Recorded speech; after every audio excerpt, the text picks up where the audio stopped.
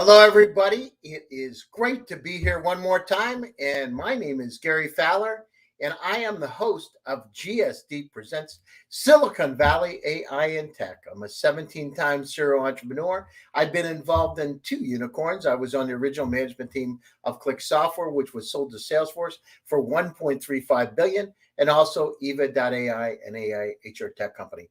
I'm the CEO, president, and co-founder of GSD Get You Done Venture Studios, a premier AI and quantum venture studio located in the heart of Silicon Valley, Palo Alto, 5 minutes from Stanford University. We believe that intellectual capacity is evenly spread, but the opportunities are not. And today we have a legend, an incredible person that gives an inspires me, has done incredible things all the way from her own firm, the founder and CEO of Full Circle Strategies, from a little tiny town in Florence County. Here we are, Jotaka Eaddy. Hi, Jotaka. How are you? Hi, Gary. How are you? So I got a question for you. So I went down through, and I grew up in the mountains myself in a rural part of Pennsylvania. But how does somebody go? You were in Johnsonville High School from 1994 to 1997. And I looked at it. It looked like such a cool little school. It's like the American dream, right? How did you do what you're doing? What inspired you when you were in high school to be where you are today? What, Wow. what were you different? First of all, I'm super excited to be joining your show and just spending time with you. You're such an inspiration yourself. I think you and I both have very similar backgrounds in that we come from very modest, very small towns. So Johnsonville, South Carolina is in the heart of Florence County, a rural part of South Carolina. And actually my town is population 1,491 people. So I come from a very small town. So I went to the same elementary, middle, and high school with the same amount of people. And it was a place that, I think like much of the South and places in the rural South, it's a town with a lot of heart, a lot of love, not necessarily a lot of economic resources, but the thing that we had was just a lot of grit and a lot of love. And for me, a lot of why I do what I do and the inspiration behind what I do is because of the people of Johnsonville. It was, the people of my very small town and my local community and my school that really poured into me in a way that led me to believe that I could do and be anything that I wanted to be. And so that was incredibly important to me and really just, when I think back on to like my first opportunity that I had to attend a national conference, I was 16 years old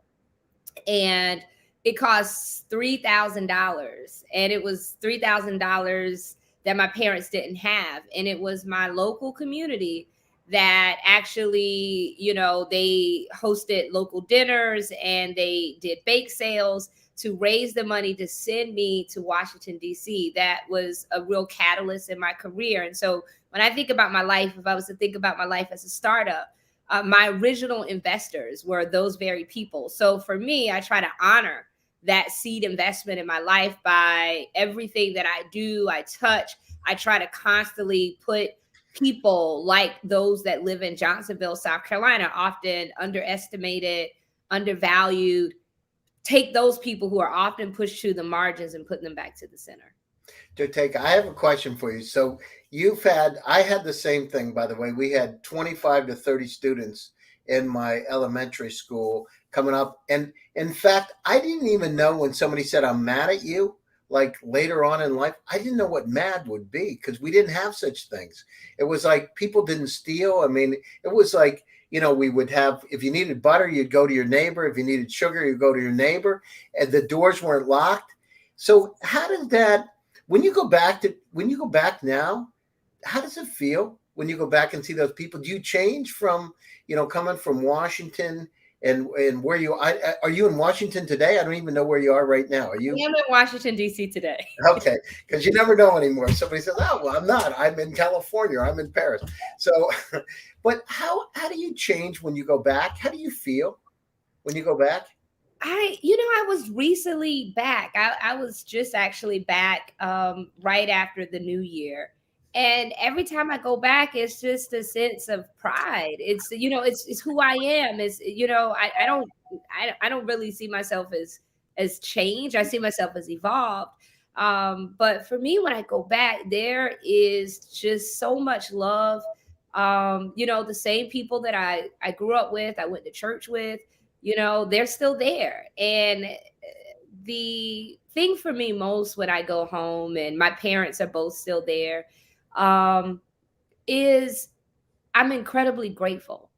I am so indebted and so grateful to those people that believed in me then and they still cheer me on now. And it's something that is very hard to describe in words, the feeling that you get when you see, 20 to 30 years later, someone who was rooting for you um and saw something in you that you might not have saw in yourself, still there, still rooting for you. And so, I love going back. They're my things that I have to do when I go back. Like I have to get my burger from the chick. That's what I was gonna say.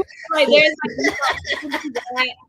I'm on a massive hunt always for Chico sticks. So I'm a big fan of the candy. It's like an old school candy Chico sticks, and I can barely find them anywhere in Washington D.C., but I can find them in South Carolina. So, they're the things that I have to do. And then, one of my favorite things that I do when I go home is I visit with some of the older people of my town. And there's a particular woman that I grew up with that lived in my neighborhood. Her name is Miss Bernie Ruth. And she teaches me how to make biscuits. She's like the best biscuit maker in the world. You're making me really hungry. She's been helping me You're like making me really hungry right now. natural biscuit making, my my natural gravy and some biscuits. I'll tell you. skills.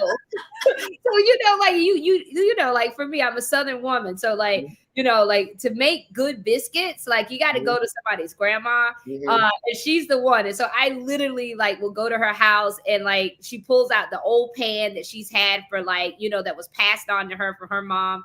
And we get like the flour and we're like, she's like, no, you're not doing it right. And so it's like one of my favorite things to do when I go back home.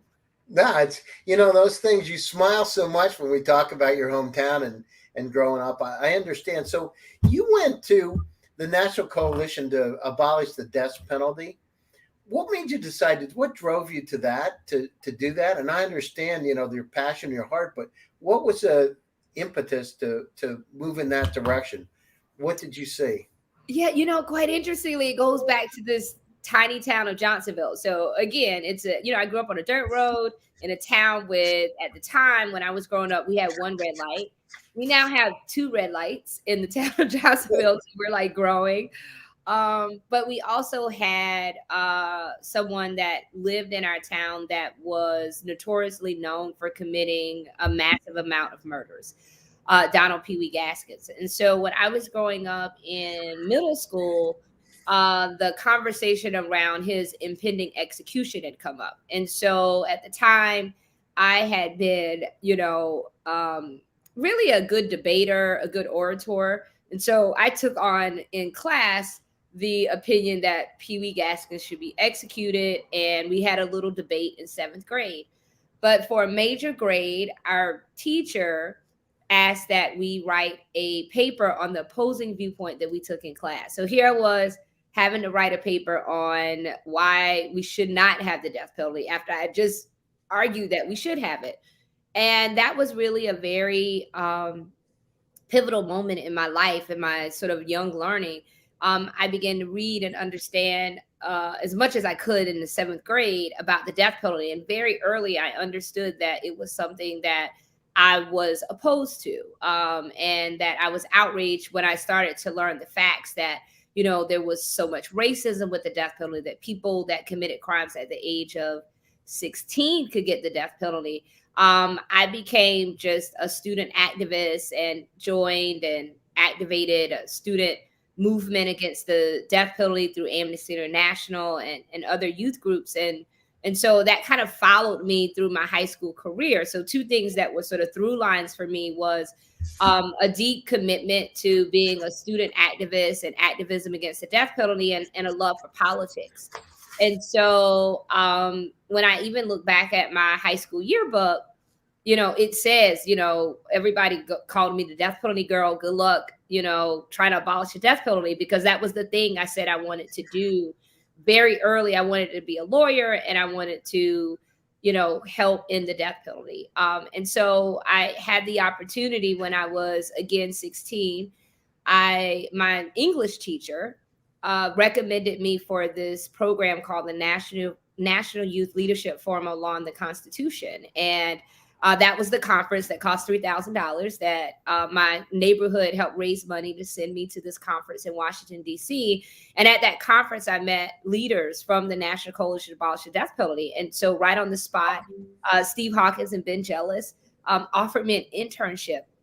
And I did this internship right out of high school. I went to Washington, D.C., and I think that was really the launch of my career in the world of advocacy and activism, because that's where I got this passion. I saw the power of being an advocate and organizing in your community, that would, go on to be a very, pivotal, important part of my career, and allow me to do work that has really been incredibly transformative in my own life, and work that I hope has made a difference in the world. So I have a question do you remember the day that you changed your mind from that he should be executed to that the death penalty shouldn't happen? Do you remember that? Was there one day where the switch flipped and all of a sudden you said, maybe I was wrong? Yeah, it switched. I was reading a book. It is called U.S. Supreme Court Series. And there was a book called U.S. Supreme Court Series, Furman versus Georgia. It's a very thin book. It was just in my middle school library. And upon reading that book, I remember reading about a case of, someone that had been on the that had been sentenced to death. And I was very young. And there was this case that took place many years ago in South Carolina of a young man, George Stinney.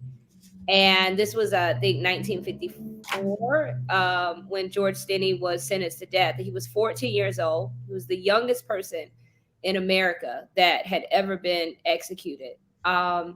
And I just remember reading about George Stinney and realizing that, the time that he was executed, we were the same age, and that there was so much evidence around his innocence, and that he was really executed because he was young Black man accused of raping a white woman in rural South Carolina. And for me, it was just eye-opening to realize that we had a system of justice, and we still do to this day, that is just really based on a system that was never meant to include us all. And so there was no real justice, that it was arbitrary and capricious in nature, and that there were incredibly large numbers of innocent people who had been sentenced to death, and a lot of people who looked like me as a Black woman, as a Black person in America, that had been unfairly subjugated to a death penalty system that historically was built on racism and the vestiges of slavery in this country.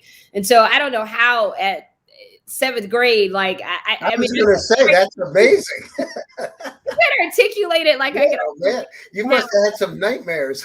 But for me, I just knew it was just wrong, and that was, a really important part of just my journey of becoming who I am today. I like to think of myself as a person that constantly wears the white hat.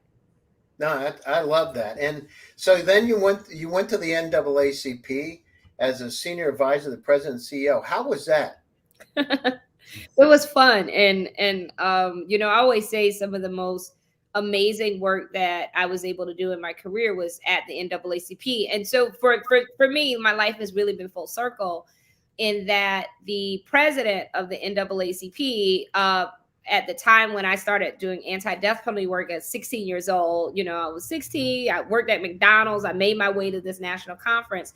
The then program director at the National Coalition to Abolish the Death Penalty was eventually became the president and CEO of the NAACP, Ben Jealous. And so when he became president, he reached out and said, look, I'm looking for, a partner to come on and really help revitalize and really strengthen the NAACP in ways for the NAACP to reach the potential that it deserves in this country. And so it was at a really great time because we are ushering in, at the time, is 2008, 2009, the first Black president in the United States. And so while at the NAACP, there was a real incredible opportunity for us to really not only advocate around key issues at a time where America was experiencing its first Black president, but also to really, weigh in on proactive criminal justice reform, in addition to being proactive on voting rights. But, even back then, we saw an aggressive attack on voting rights. So, 2010 and 2011, we saw really the first modern wave of voter suppression laws. And so during my time at NAACP, I spent a lot of time really focusing on strategies to not only defend voting rights, but how do we also expand voting rights in America? I got a question for you. So, I'm from Silicon Valley, work a while with tech companies, and you know, the U.S. has, been for the last 40 years has been a leader in terms of technology, but there's not a lot of representation, female entrepreneurs, the underserved, and how do we do it? Because it's critically important. We have we believe that intellectual capacity is evenly spread around the world and around the U.S. In fact, my next article in Forbes is about the U.S. and taking a leadership position again. But how do we do it? I mean, how do we bring people together? It's really, I know we've had our conversation. I've had conversation with our friend Lamel. Uh, I mean, you name it, Kasim Reed. But I mean, it's got to happen. It's like I don't understand. Like honestly, it's like I don't get it. We try right at GSD. We try to bring female entrepreneurs, the underserved. We work all over the world, Africa. I mean, you name it, because there's sparks of opportunity. How do we do it though? Like to bring somebody like yourself from Florence, right?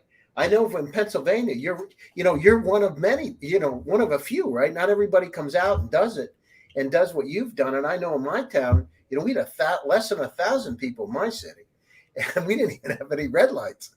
We had a couple of stop signs. And everybody ran, right? Yeah, exactly. And nobody stops, right? So, but how do America has so much potential. We have so many pressures. We've at the same time, the world's changing in some not good ways right now. We've got so many challenges to solve, right? Climate change, population increases.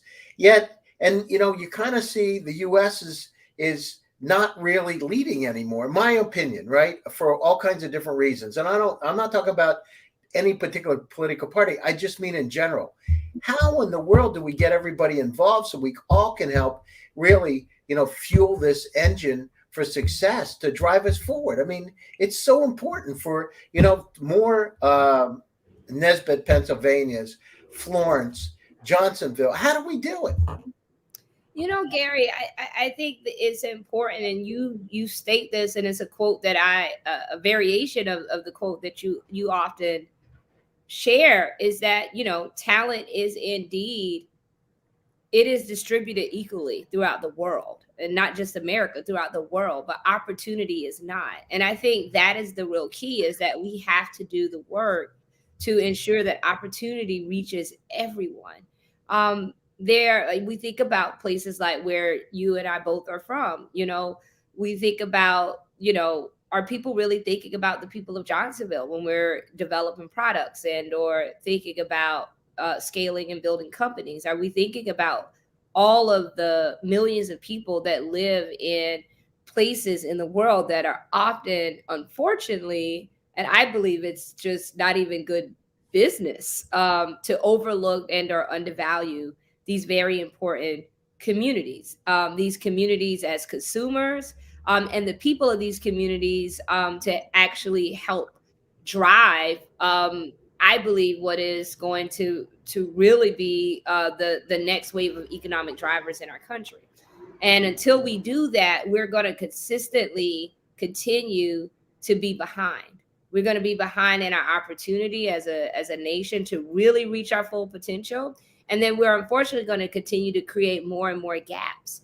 And if we have those gaps, as long as we have those gaps that exist in our world, then we are never going to be in a place where I think we can thrive as a world and as a nation. And I think the way that we're going to find ourselves in a better position is ensuring that the opportunity is afforded to everyone, regardless of where you live, regardless of your lived experience, regardless of your race, your creed, or your gender, that you actually have the same opportunity as those that are born with privilege in this world. And until we are in a position where that opportunity is made available to everyone, we're going to consistently find ourselves not reaching our full potential as a nation and as a world.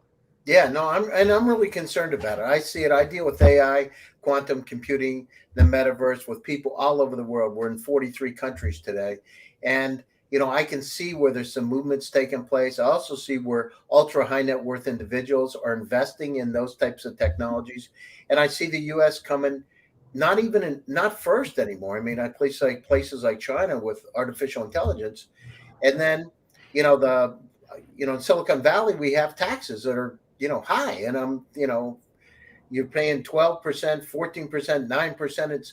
It's crazy. Well, of course, it's getting distributed across the U.S. Maybe people like Florence and Johnsonville and Nesbitt will start to have some opportunities, but it is concerning. But I have hope too that the one thing about America, just like you're inspiring. I got to tell you, what you've done is just incredible.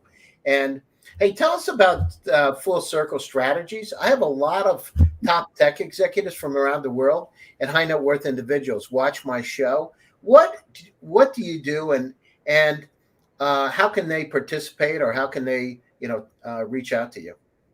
Well, yeah, Full Circle Strategies is it's our firm. It's a social impact and a political consulting firm, and we really just seek to help companies and individuals, largely tech companies that we work with, on how to really scale impact, how to have transformative relationships. For me, I've spent my career in I've had a unique career in that I've been in various sectors. So I've worked in criminal justice reform and advocacy and civil rights, and then I took that into Silicon Valley.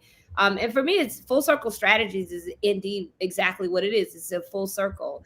It's how do I actually take the lived experience, the business acumen that I've been able to gain, and the relationships, and bring them together to really drive transformative impact for our clients. For us at Full Circle Strategies, we take on clients that we believe that we can actually help create measurable impact. That's a really important. Yeah, that's Uh, great. that's really important for us. Mhm. And we have an opportunity, and we've been really blessed to work with some of the best companies to help them scale impact, whether it's helping the Oprah Winfrey Network design and develop its 2020 election and electoral nonpartisan strategy, or if it's helping a venture capital firm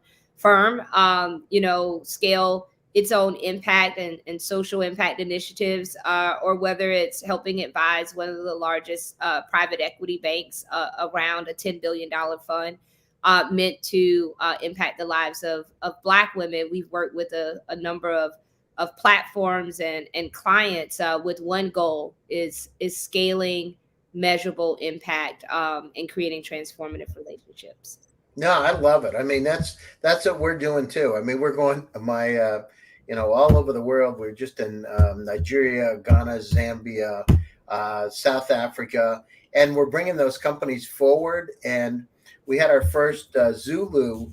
She's a Zulu, and we helped her with her company Prime U. We do a lot of scholarships. We help them, sometimes partial. To be able to help them realize their dreams. But it's not just there; it's everywhere. It's really interesting. It's an exciting time. Tell us about your show on the Oprah Winfrey Network. Do you still have your award-winning? You're the co-host of the award-winning show.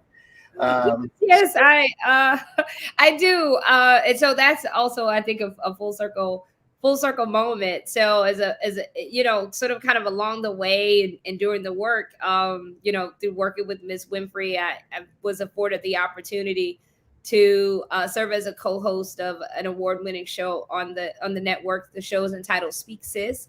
And the show is really about centering Black women and the conversations that are important to Black women. And so it's very much a part of the work that I seek to do in the world of, like, again, it's like, how do we take people that are pushed to the margins and we put them and their conversations and the issues that they care about to the center. And so I'm incredibly grateful to Miss Winfrey and the OWN Network and the producers and the team for just having the vision to have a show that is really centering the issues and the conversations that are near and dear to Black women, because I believe it impacts the communities in which we live and the people whom we love. No, I agree with you. That's great. Well, whatever we can do to help, we're there, and we're trying. We're pushing. We're getting creating some happiness and joy and some pleasure, and it seems to be working. So over the last 3 years, we've seen incredible amount of people coming forward. So we're here. So let us know if we can help. To my audience, I want to thank you, Jotaka, for taking time out of your busy schedule to join us today. How do people get a hold of you if they need to reach out, if they're investors or companies that could work with you? How do they reach out? I'm easy to find. I'm on all platforms at Jotaka Eaddy. I have a unique name. But the one thing about being a unique name is generally just one of me. So you can find me on all social platforms at Jotaka Eaddy. And of course, you can find the Full Circle Strategy at thefullcirclestrategy.com, or you can find me at jotakaeaddy.com. So look forward to connecting with companies and or investors. I myself am an investor as well, and so I think it's incredibly important for us to not only do the work to create transformative change, but also to invest in it as well. That's great. Thanks again for taking time of your busy schedule. I'm humbled that you joined my show today. Thanks again. And to my audience out there, my name is Gary Fowler, and I'm the CEO president of GSD Get You Done Venture Studios. And thank you for joining the show again today. We'll be back again next Tuesday for another exciting edition. Stay safe, stay happy, and stay healthy. My name's Gary Fowler. See you later. Thanks, Jotaka. I appreciate it. Thank you so much, Gary. Bye-bye.